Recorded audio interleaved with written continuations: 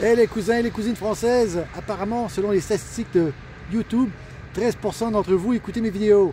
Merci, c'est très sympa. Confirmé par une autre statistique. 13% d'entre vous utilisez des sous-titres. C'est bien.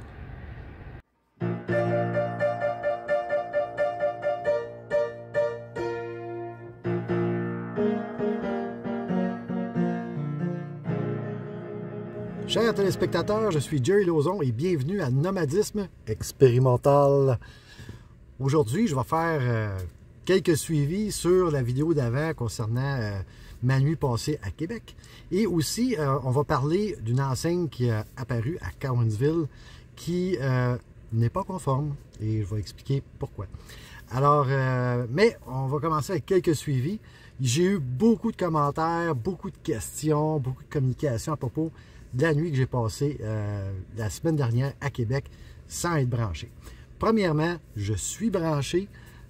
J'ai accès à du 110 pour ma chaufferette électrique.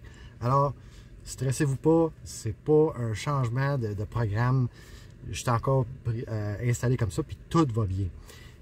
L'exercice, pourquoi je l'ai fait, c'est que, ben, faut avoir un plan B. Si du jour au lendemain, j'ai plus accès à ça, puis que je suis au Québec en hiver, ben, je fais quoi? Alors, je devais tester. Et c'est pour ça que, oui, tout le monde me dit « Ah, tu devrais avoir un Webasto. » Oui, mais pour le moment, j'en ai pas de besoin. Et le problème avec le Webasto, c'est qu'on doit faire des trous pour l'échappement et la prise d'air du Webasto. Fait que ça implique faire des trous dans le plancher de mon char, puis ça me tente pas. Aussi, avoir du diesel dans le véhicule, ça m'énerve. Puis tu sais, ouais, il y a des produits, c'est un extrême ou l'autre. Soit que c'est le chinois cheap, OK, chinois cheap, qui est probablement fait de la même manière, mais encore, tu prends un risque, tu sais, quand tu dors, là, je veux pas que ça pogne en feu, cette affaire-là. Puis l'autre option, c'est d'y aller avec la vraie affaire, soit un Esport ou un Webasto, puis ça, ben, on parle de quelques milliers de dollars. Et ben, j'ai pas ça à dépenser là-dessus. Donc, pour l'instant, je me débrouille avec ce que j'ai. Il y en a bien qui m'ont dit, on va te chercher un sac de couchage à moins 40 et autres. J'étais mais très confortable sous les couvertures. J'avais pas froid, pas en tout. L'affaire qui m'écoeure, c'est quand justement je sors des couvertes, là, c'est fret en maudit. L'autre affaire, le butane. Oui, le butane, il gèle. Ça, j'étais déjà au courant. Mais je pensais qu'en gardant le butane sous les couvertes avec moi, j'allais le garder au chaud.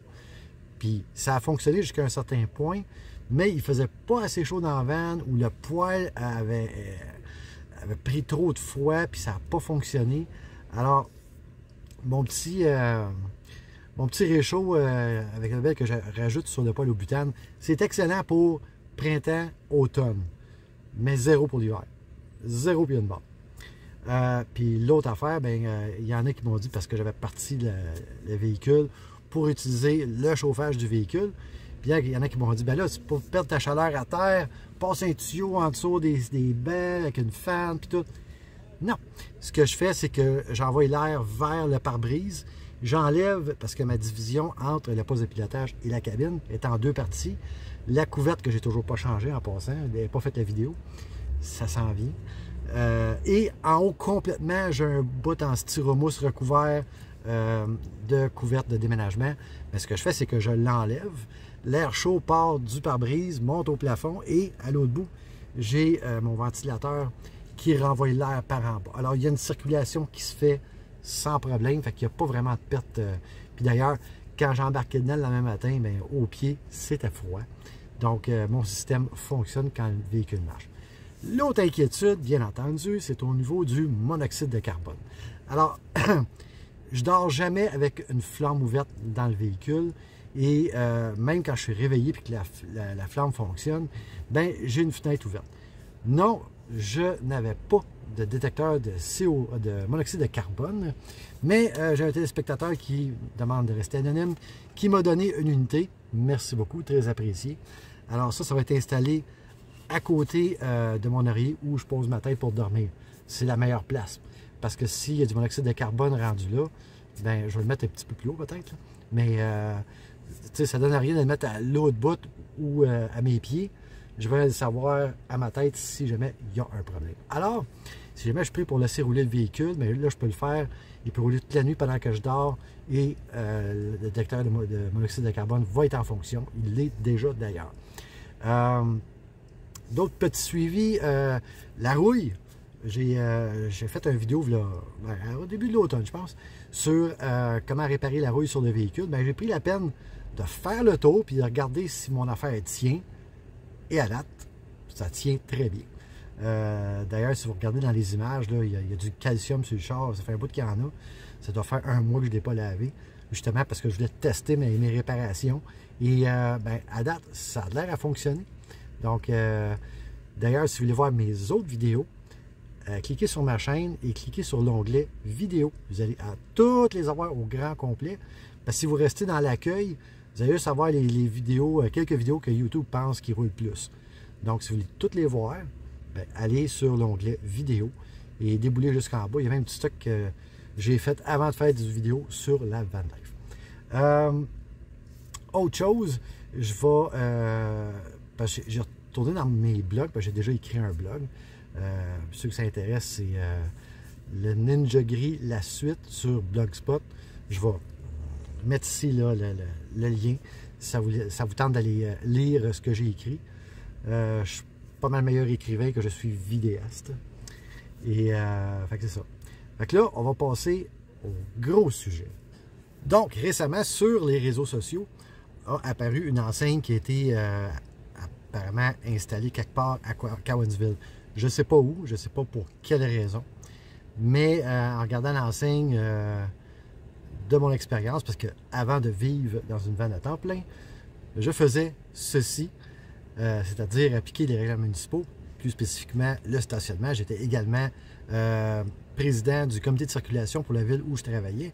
Donc, je suis très au courant des standards du ministère des Transports du Québec, plus spécifiquement, le tome 5. Le tome 5 du MTQ est disponible en ligne et est toujours mis à jour. Et à toutes les fois que je fais une vidéo à propos des enseignes de stationnement, je me tape les quelques 320 quelques pages à toutes les fois, parce qu'il est mis à jour, pour voir si les pictogrammes utilisés sont conformes ou non. Alors, le pictogramme du haut avec le P et le vert autour marqué en tout temps, stationnement permis en tout temps, est conforme, il n'y a pas de problème. L'autre en dessous, par exemple, pas la même chose. Premièrement, ce n'est pas un panneau de stationnement, peut-être à part celui avec le VR. Parce que le pictogramme du VR, lui, il est bon. Mais le pictogramme avec l'auto, puis la lune, et même celui avec la tente, n'est pas valide. Pourtant, le MTQ a déjà un pictogramme pour interdire le camping avec une tente. Je ne sais pas pourquoi ils n'ont pas utilisé celui-là. Lui, il est conforme. Alors, en plus, celle du haut qui permet le stationnement en tout temps, elle, on parle d'un règlement de stationnement. Celle avec le pictogramme pour le VR, ça pourrait être un règlement de stationnement qui interdit les VR sur le site. Tandis que les deux autres, c'est des règlements autres que stationnement. Alors, je n'ai pas fouillé si Cowansville interdit de dormir dans son véhicule sur son territoire. Si c'est le cas, mais là, ça prendrait une autre enseigne qui, parle de pas dormir dans son véhicule parce qu'il n'existe pas vraiment de pictogramme là-dessus au niveau du MTQ et doit aussi afficher le numéro du règlement pour pouvoir le consulter. Camping, on s'entend, tu sais, parce que ça porte à confusion cette enseigne-là. Je ne sais pas c'est quoi le but. D'après moi, c'est probablement un stationnement qui est disponible pour les citoyens du coin, pour le déneigement. C'est un lieu de débordement quand il y a du déneigement à faire dans la ville, puis ça, c'est bien correct, il n'y a pas de problème. Mais par contre, ça ouvre à d'autres possibilités, là. C'est-à-dire, même si tu ne dors pas dedans, quelqu'un décide de laisser son char là pour tout l'hiver, ils viennent de se mettre les pieds dans les plats. Alors, ce que je suggère, selon mon expérience, je ne suis pas un juriste, mais j'en ai donné des tickets de stationnement là, dans ma vie, c'est de mettre un temps limite. J'ai vu ça à Blainville, où le stationnement est permis pour 48 heures. Donc, ça, c'est très facile à appliquer. Tu n'as même pas besoin de marquer les roues du char. Nous autres, ce qu'on faisait, c'est qu'on regardait les valves des roues d'un côté du véhicule pour marquer la position, c'est-à-dire 1 heure, 2 heures, peu importe. Puis on marquait ça dans le rapport. Et 48 heures plus tard, mais les chances que le véhicule a bougé, puis qu'il est revenu, puis que ça se fait exactement à la même place, sont vraiment minces. Alors, on peut mettre une limite de temps, et de même, c'est absolument valide, puis ça s'applique avec le règlement de stationnement. Pour ce qui est de dormir dans le véhicule, je vois pas vraiment c'est quoi le problème. Que le véhicule soit là avec quelqu'un dedans ou avec personne dedans, c'est quoi la différence? Là où ce que ça change, par contre, c'est que si quelqu'un s'installe avec même une Dodge Caravan ou un gros VR, ou un VR quelconque, et là, s'étale à l'extérieur avec chaise, au vent, là, ça devient du camping. Là, c'est un problème. Puis les vanlifers responsables qui écoutent cette chaîne, vous êtes très au courant de ça. Un stationnement, c'est pas un camping. Fait que tu t'installes pas avec tes affaires dehors, tu fais pas un feu de camp, tu restes pas là pendant 2 semaines. C'est pas là pour ça. Alors, Cowansville, si vous voulez ajouter votre affaire, ben contactez-moi, ça va me faire plaisir de consulter pour vous gratuitement. Ça me fait plaisir de partager mon expérience parce que les règlements de stationnement, n'importe qui peut appliquer ça. C'est juste une question de rajouter une note dans le libellé du règlement de stationnement pour dire que XYZ a le pouvoir d'appliquer le règlement de stationnement. Puis là, c'est juste de laisser le constat sur le pare-brise. C'est facile de même. Tandis que appliquer une interdiction autre que stationnement, ben c'est un méchant job, là. C'est vraiment complexe. Tout le monde pense que c'est pas du criminel, c'est niaiseux à appliquer. Oui, la personne a la responsabilité absolue, mais par contre, il faut que tu bâtisses ta preuve. Tu ne peux pas arriver au juge et moi, je pensais qu'il dormait dans son char. Non, non. Il faut que tu aies la preuve indéniable et au-delà de tout doute raisonnable. Alors, c'est ce que moi, j'ai vécu pendant 33 ans. Oui, j'étais également agent de liaison à la cour, justement pour voir où et comment et pourquoi on se plantait, pour s'assurer que sur le terrain, on s'ajuste en conséquence, que ce soit de la façon de faire ou les enseignes. Donc, j'ai cette expérience-là. Alors, par contre, quand moi, je vois une pancarte comme ça, c'est clair que la ville ne veut pas que tu se stationnes là pour dormir, puis je vais éviter ça ou je vais aller ailleurs, peu importe. Je veux dire, quand même, tu sais, l'affichage porte à confusion, mais on va être honnête, c'est assez évident qu'ils ne veulent pas que tu dormes là. Par contre, si tu es mal pris ou que tu n'as pas vu l'enseigne, ben moi je dirais personnellement qu'il y a matière à contester.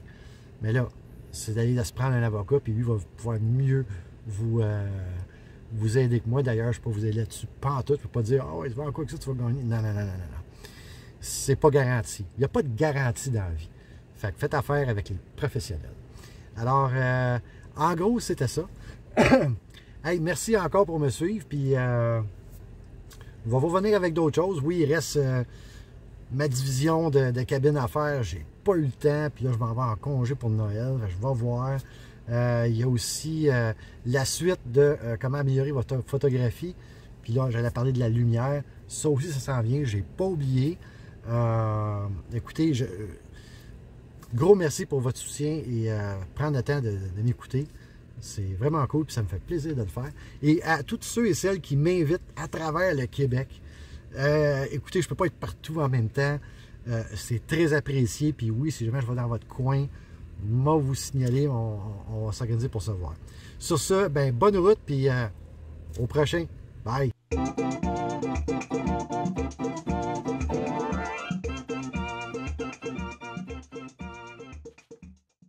Oui, mais Jerry, les villes, là, ils peuvent faire les pancartes qu'ils veulent. Oui, puis non. C'est sûr que si une ville veut poster quelque chose pour de l'information générale, peu importe, oui, on peut mettre n'importe quoi. Mais la minute que c'est quelque chose qui est applicable au niveau d'un règlement de stationnement, que ce soit sur une rue ou dans un stationnement public qui appartient à une municipalité, bien là, ça devient un terrain public qui appartient à tout le monde. Alors, à ce moment-là, ben, les villes n'ont pas le choix et doivent suivre les règles du MTQ pour ce qui est de l'affichage. Pourquoi? Parce que si on émet des constats, bien, les constats, on peut les contester. Et à ce moment-là, bien, ça se doit d'être conforme. Ils n'ont pas le choix. C'est plate de même.